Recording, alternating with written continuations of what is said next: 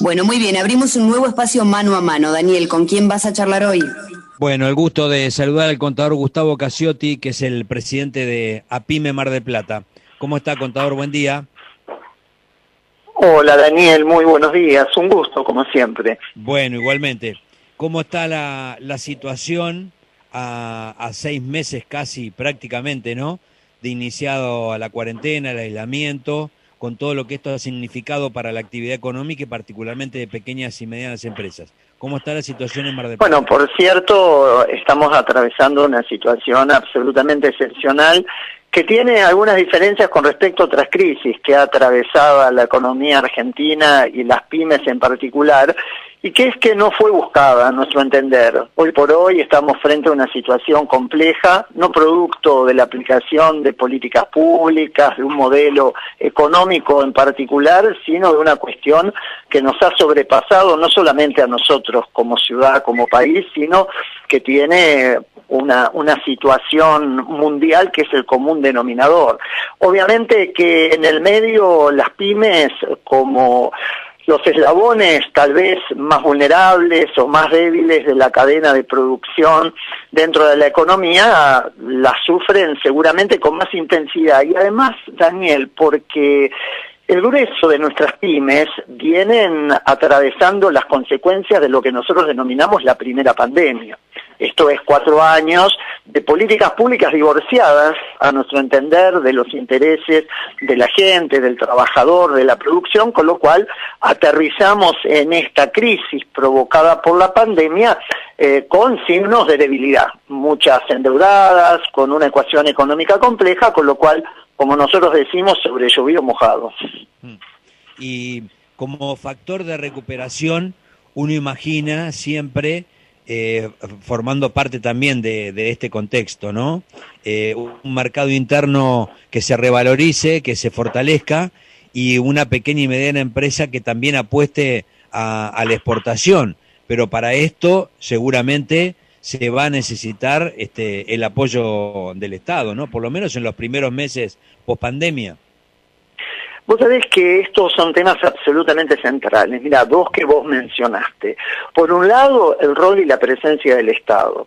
Esto creo que es absolutamente incuestionable, incluso en países que se caracterizaron por prescindir un poco de la figura del Estado, en donde se consideraba que los mercados, ese libre juego entre la oferta y la demanda, era el que disciplinaba o controlaba la economía. Hoy por hoy no se pueden concebir, no pueden pensar la recuperación, una etapa post-pandemia sin una presencia activa del Estado.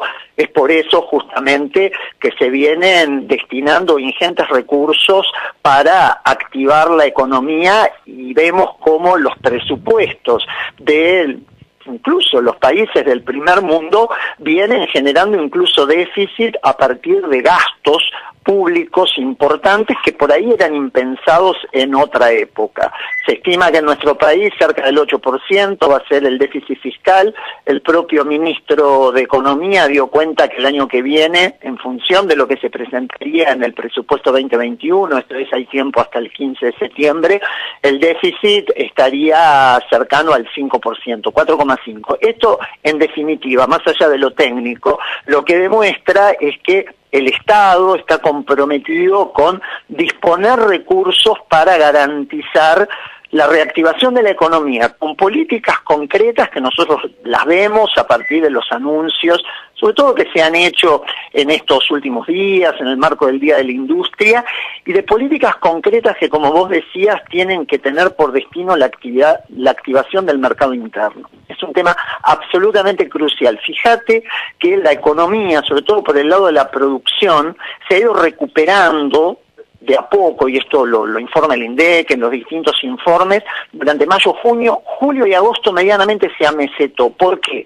Porque empieza a tener limitaciones por el lado de la demanda, esto es, las dudas que generan las familias efectuar gastos, porque no se sabe cómo viene la mano más adelante, porque de hecho han tenido deterioro en sus ingresos, con lo cual es fundamental esto que vos decís, que el Estado apuntale el mercado interno para que ese consumo se vuelque a las cajas de los negocios, pensemos en Mar del Plata, que son todas pymes, para reactivar la economía y poner en funcionamiento de nuevo la rueda económica, aspirando a que recuperemos prontamente la normalidad, aún frente a todas las dificultades y dudas que tenemos. Seguro. Y en función de la pequeña y mediana empresa, en General Porredón, en Mar del Plata, evidentemente el rubro gastronomía hoy está reclamando en la calle, la parte que tiene que ver con la operatividad del turismo está pendiente de ver qué pasa con la ley que se aprobó el martes pasado en la Cámara de Diputados. Evidentemente estos son los sectores más sensibles, ¿no? Tal vez podría uno de alguna manera resumir que la pequeña y mediana industria que se dedica específicamente a la parte industrial en General Porredón es la que más ha podido soportar este embate de la pandemia.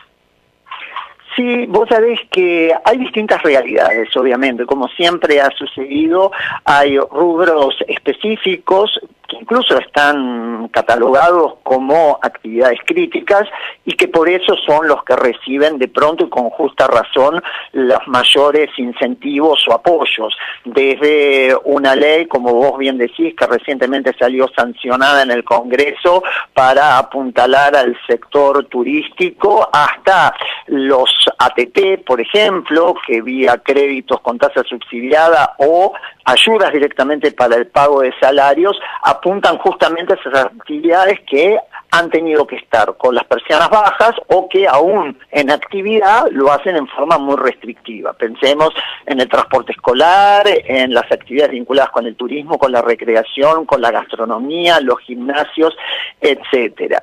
Es cierto que el entramado productivo, y pensémoslo en Mar del Plata, esto incluso lo avala un reciente informe de la Facultad de Ciencias Económicas, en donde prácticamente la actividad industrial ha sorteado, seguramente porque fue conceptualizada como actividad esencial, entonces en general pudo sostener el nivel de actividad, y la ha pasado, yo no sé si mejor, pero obviamente está en ritmos de actividad medianamente similar a la prepandemia. Pensemos, por ejemplo, en el parque industrial, que está casi con una operatoria plena. Pero, Daniel, tengamos en cuenta que esa actividad industrial, más allá de casos vinculados con la exportación, dejando de lado la pesca, que tiene por destino casi exclusividad el comercio exterior, el resto está vinculado con el mercado interno, claro, sea dentro del partido de General Pueyrredón o fuera de nuestra jurisdicción, pero siempre por destino el consumo interno. Un consumo interno que está deteriorado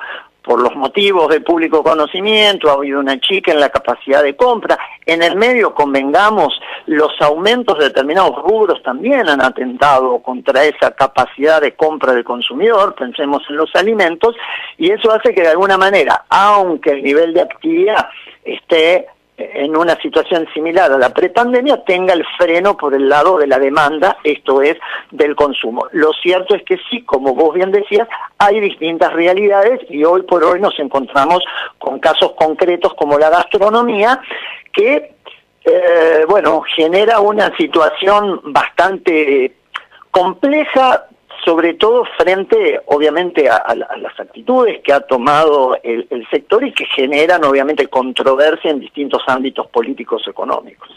Bien. Contador Gustavo Casiotti, como siempre, muchísimas gracias por este mano a mano.